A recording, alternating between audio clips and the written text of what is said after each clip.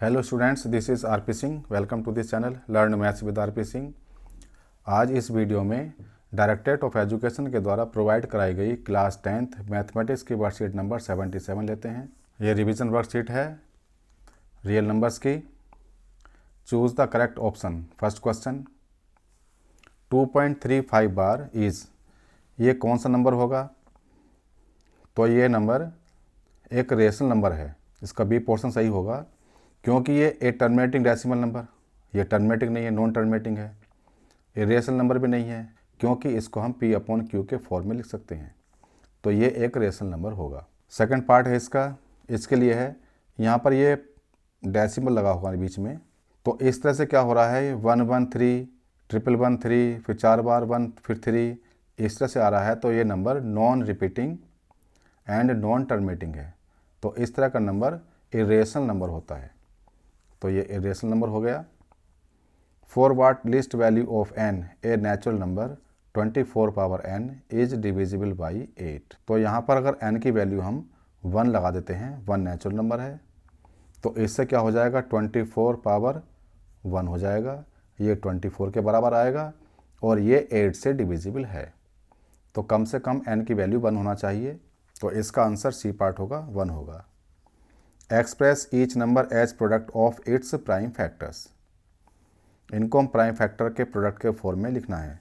तो first part है 140, इसको हम अलग से कर लेते हैं। दूसरे का ये फर्स्ट पार्ट है 140, तो हम 140 के फैक्टर करेंगे प्राइम फैक्टराइजेशन मेथड से। 2 से डिवाइड करेंगे ये 70 आ जाएगा, फिर 2 से डिवाइड करेंगे 35, अब ये 5 से डिवाइड होगा 7, फिर 7 से डिवाइड होगा 1, तो 140 इज इक्वल टू हो गया 2 इंटू 2 इंटू 5 इंटू 7। ये इसके फैक्टर्स हो गए और ये प्राइम फैक्टर्स हो गए।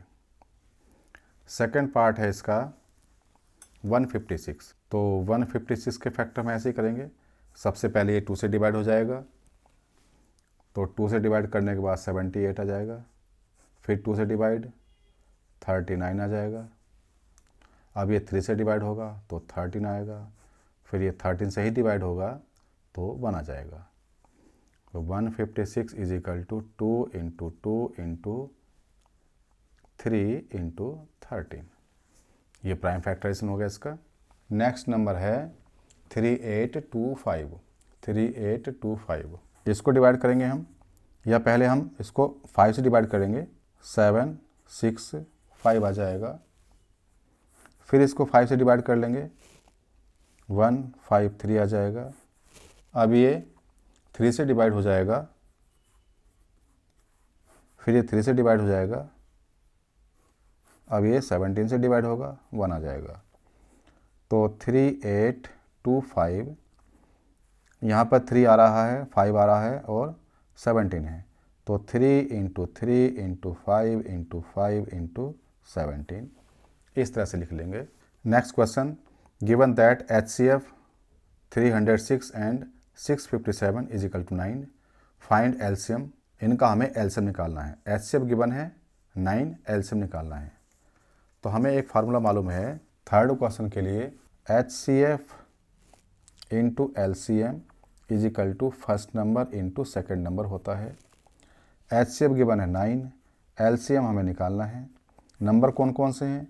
306 फर्स्ट नंबर और सेकंड नंबर 657 है, तो एलसीएम कितना हो जाएगा 306 इंटू 657, इसको हम 9 से डिवाइड कर लेंगे।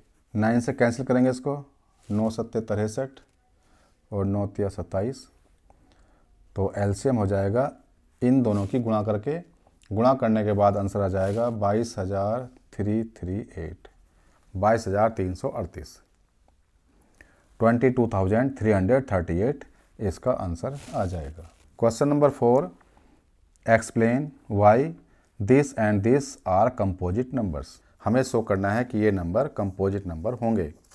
तो फर्स्ट नंबर है इसका, फोर्थ क्वेश्चन का फर्स्ट नंबर है 7 इंटू 11 इंटू 13 प्लस 13, इसको हम ऐसे सोल्व कर सकते हैं कि यहाँ भी 13 है, यहाँ भी 13 है, तो 13 हमने कॉमन ले लिया, तो आ गया 7 इंटू 11 यहाँ से आ जाएगा और प्लस यहाँ से 1 बचेगा, तो ये 13, इसको सोल्व करते हैं 11 7 जा 77 प्लस 1, तो ये हो गया 13 इंटू 78।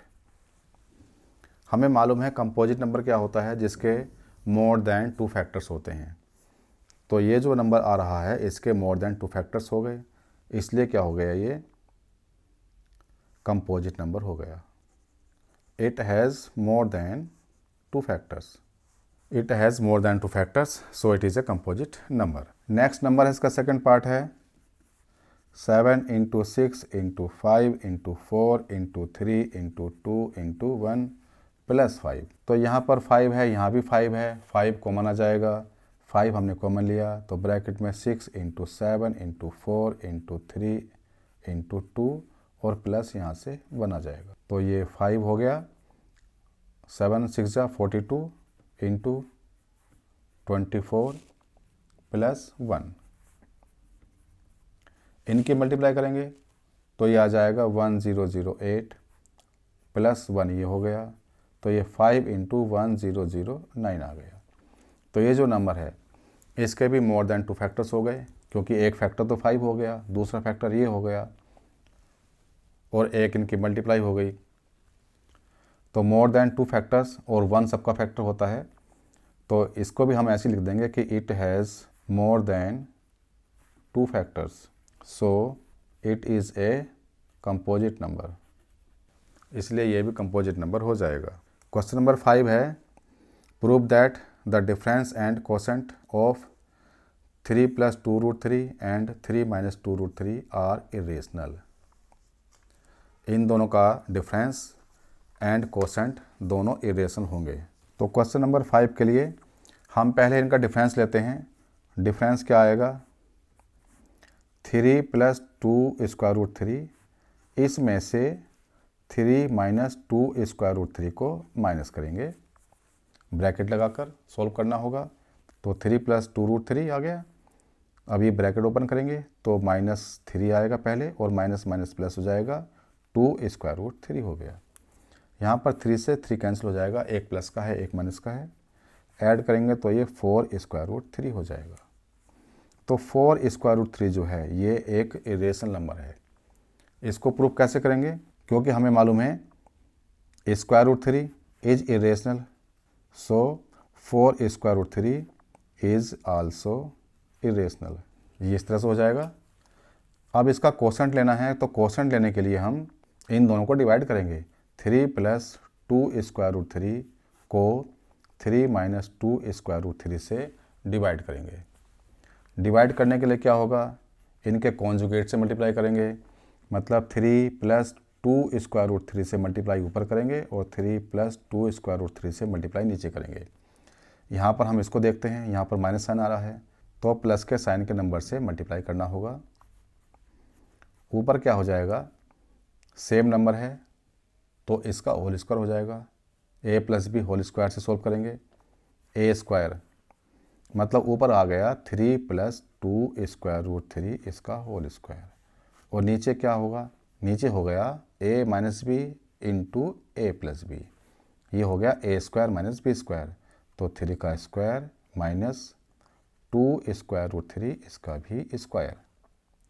अब इसको सोल्व करेंगे a + b का होल स्क्वायर से, तो a² + b², 2 दूनी 4 तिया 12 प्लस 2ab 12√3, और नीचे क्या होगा 9 - 12, तो ऊपर आ गया 21 + 12√3 अपॉन -3। ऊपर से 3 को ले लेंगे तो 7 + 4√3 आ जाएगा, और नीचे -3 है, 3 से 3 कैंसिल हो जाएगा, तो ये आ जाएगा -7 - 4√3।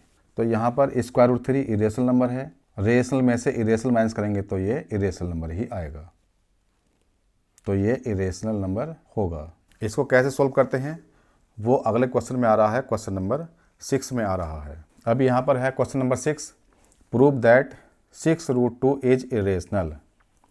तो इसको प्रूव करने के लिए क्या करना होगा, हमें 6 + √2 इसको हम रेशनल नंबर मान लेंगे। Let 6 + √2 is a rational number.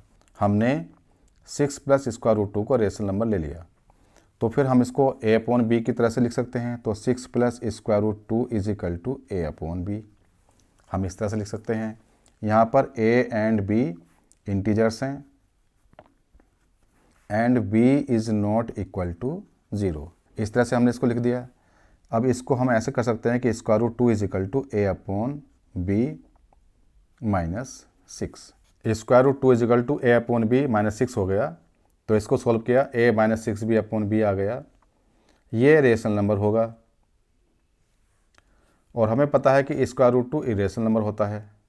तो यहाँ पर ये कॉन्ट्राडिक्शन पैदा हो गया, विरोधाभास पैदा हो गया। तो this contradiction has arisen because of our incorrect assumption that 6 plus square root 2 is rational. ये कॉन्ट्राडिक्शन इस वजह से हुआ कि हमने गलत मान लिया था कि 6 plus square root 2 rational number है। इसका मतलब 6 plus square root 2 irrational number है। तो इसको हम इस तरह से लिखेंगे और ये ठीक हो जाएगा। Question number 7, so that every positive even integer is of the form 2q and that every positive odd integer is of the form 2q plus 1 for some integer q। तो हमें दिखाना है कि कुछ इंटीजर q के लिए 2q every positive even integer 2q के form का होगा तथा ऑड इंटीजर 2q प्लस 1 के फॉर्म का होगा।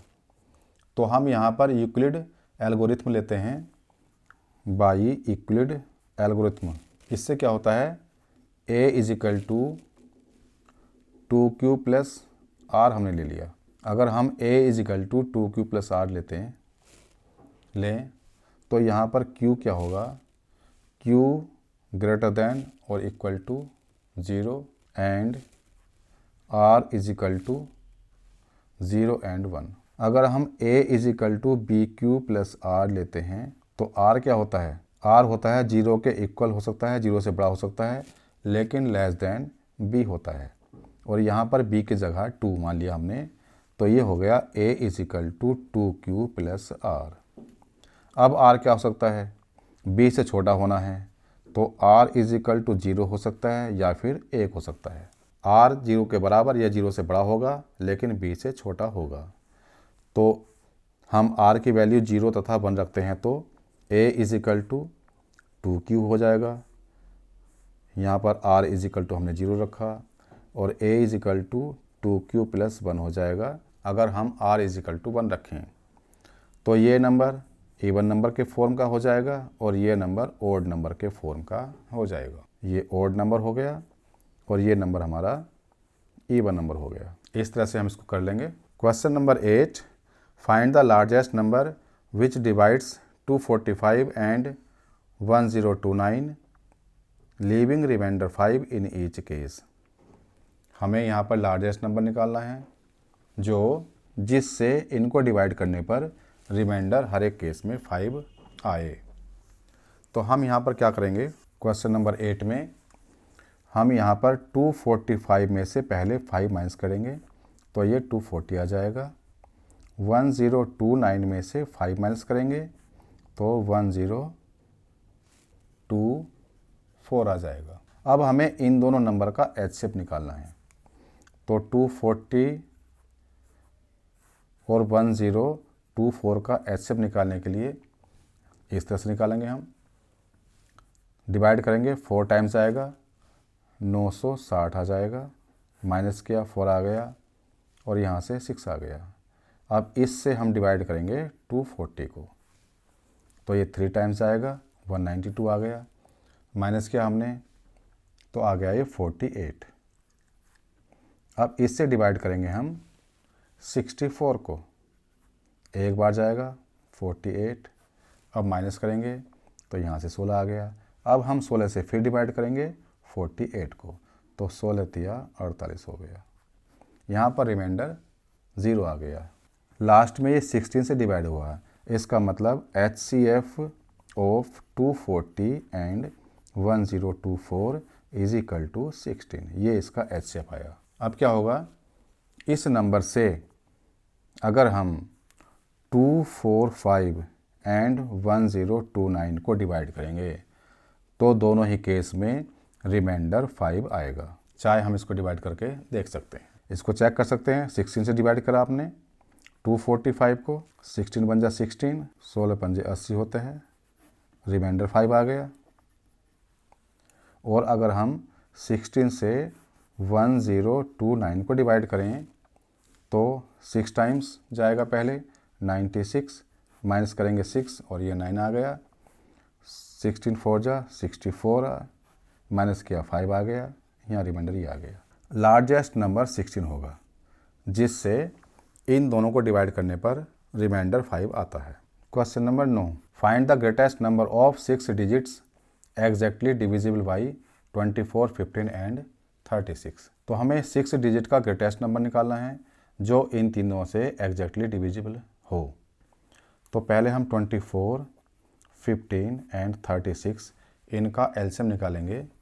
तो 24 के फैक्टर होते हैं 2 इंटू 2 इंटू 2 इंटू 3, 15 के फैक्टर 3 इंटू 5 हो गए, 36 के factor 2 into 3 into 2 into 3, 2 two जा 4, 3 जा 12, 3 जा 36। इनका एलसीएम निकालेंगे हम, तो आ जाएगा 2 इंटू 2 इंटू 2, 2 आएगा 3 टाइम्स, इंटू 3 इंटू 5 इंटू 3 हो गया, 3 2 टाइम्स एंड 5 एक बार। इन सभी की गुणा करेंगे तो 360 आ जाएगा इनका एलसीएम। अब 6 डिजिट का जो ग्रेटेस्ट नंबर होता है, 6 डिजिट नंबर, ये होता है 999999। हमें देखना है कि 6 डिजिट का ग्रेटेस्ट नंबर कौन सा है जो कि 360 से डिवाइड है। अगर हम इसको 999999 को 360 से डिवाइड करते हैं, 2777.77 इस तरह से कुछ आता है। तो अगर हम इसकी मल्टीप्लाई 360 में कर लें तो वह आ जाएगा 2777 की मल्टीप्लाई 360 में कर लें तो ये नंबर आ जाएगा 999720। इसका मतलब यही वह नंबर है जो कि 360 से डिविजिबल है, यानी इस नंबर से और इससे पूरी तरह से डिविजिबल है। तो ये इसका आंसर हो जाएगा। Question number 10, in a canteen 144 cartons of Coke and 90 cartons of Pepsi are to be stacked on each other. If each stack is of same height and contain cartoons of same brand, what will be the greatest number of cartoons in each stack? यहाँ पर इसका answer निकालने के लिए हमें इन दोनों का HCF निकालना होगा। तो हम निकालेंगे HCF ऑफ 144 एंड 90। तो इनका HCF निकालने के लिए 90 लेंगे और 144 लेंगे। 90 से डिवाइड करेंगे एक बार जाएगा, यहाँ 90 आ जाएगा, माइनस करेंगे तो 54 आ गया। इससे फिर हम इस 90 को डिवाइड करेंगे, एक बार जाएगा, 54 आ गया, माइनस किया 36 आ गया। इससे हम इस 54 को डिवाइड करेंगे, ये एक बार जाएगा, 36 आ गया, माइनस किया 18 आ गया। अब इस 18 से इस 36 को डिवाइड करेंगे, 18 टू जा 36। अब कोई भी रिमाइंडर नहीं है, इसका मतलब इनका HCF हो गया 18 और इस क्वेश्चन का आंसर भी 18 होगा। Next question 11, right one rational and one irrational number between √3 and √5। √3 होता है 1.732 के आसपास, √5 होता है 2.236 के लगभग। अब हमें इन दोनों के बीच में एक रेशनल नंबर लिखना है और एक इरेशनल नंबर लिखना है। तो रेशनल नंबर क्या हो जाएगा, 1.7, 2.2, तो 2 भी लिख सकते हैं हम, ये रेशनल नंबर हो गया। इरेशनल नंबर के लिए 2.12, 112, 111, 4 टाइम्स 1 2, इस तरह से आगे आता रहेगा और ये नंबर इन दोनों नंबर के बीच में ही है। तो इस तरह से हम और भी बहुत सारे rational number and irrational number in दोनों नंबर्स के बीच में लिख सकते हैं। अब ये वर्कशीट पूरी हो चुकी है। अगर ये वीडियो आपको अच्छी लगी हो तो इसको लाइक करें, शेयर करें, चैनल को सब्सक्राइब करके बेल आइकन प्रेस कर लें, जिससे कि आगे आने वाली वीडियोज़ के नोटिफिकेशंस आपको मिलते रहें। Thank you, thanks for watching this video.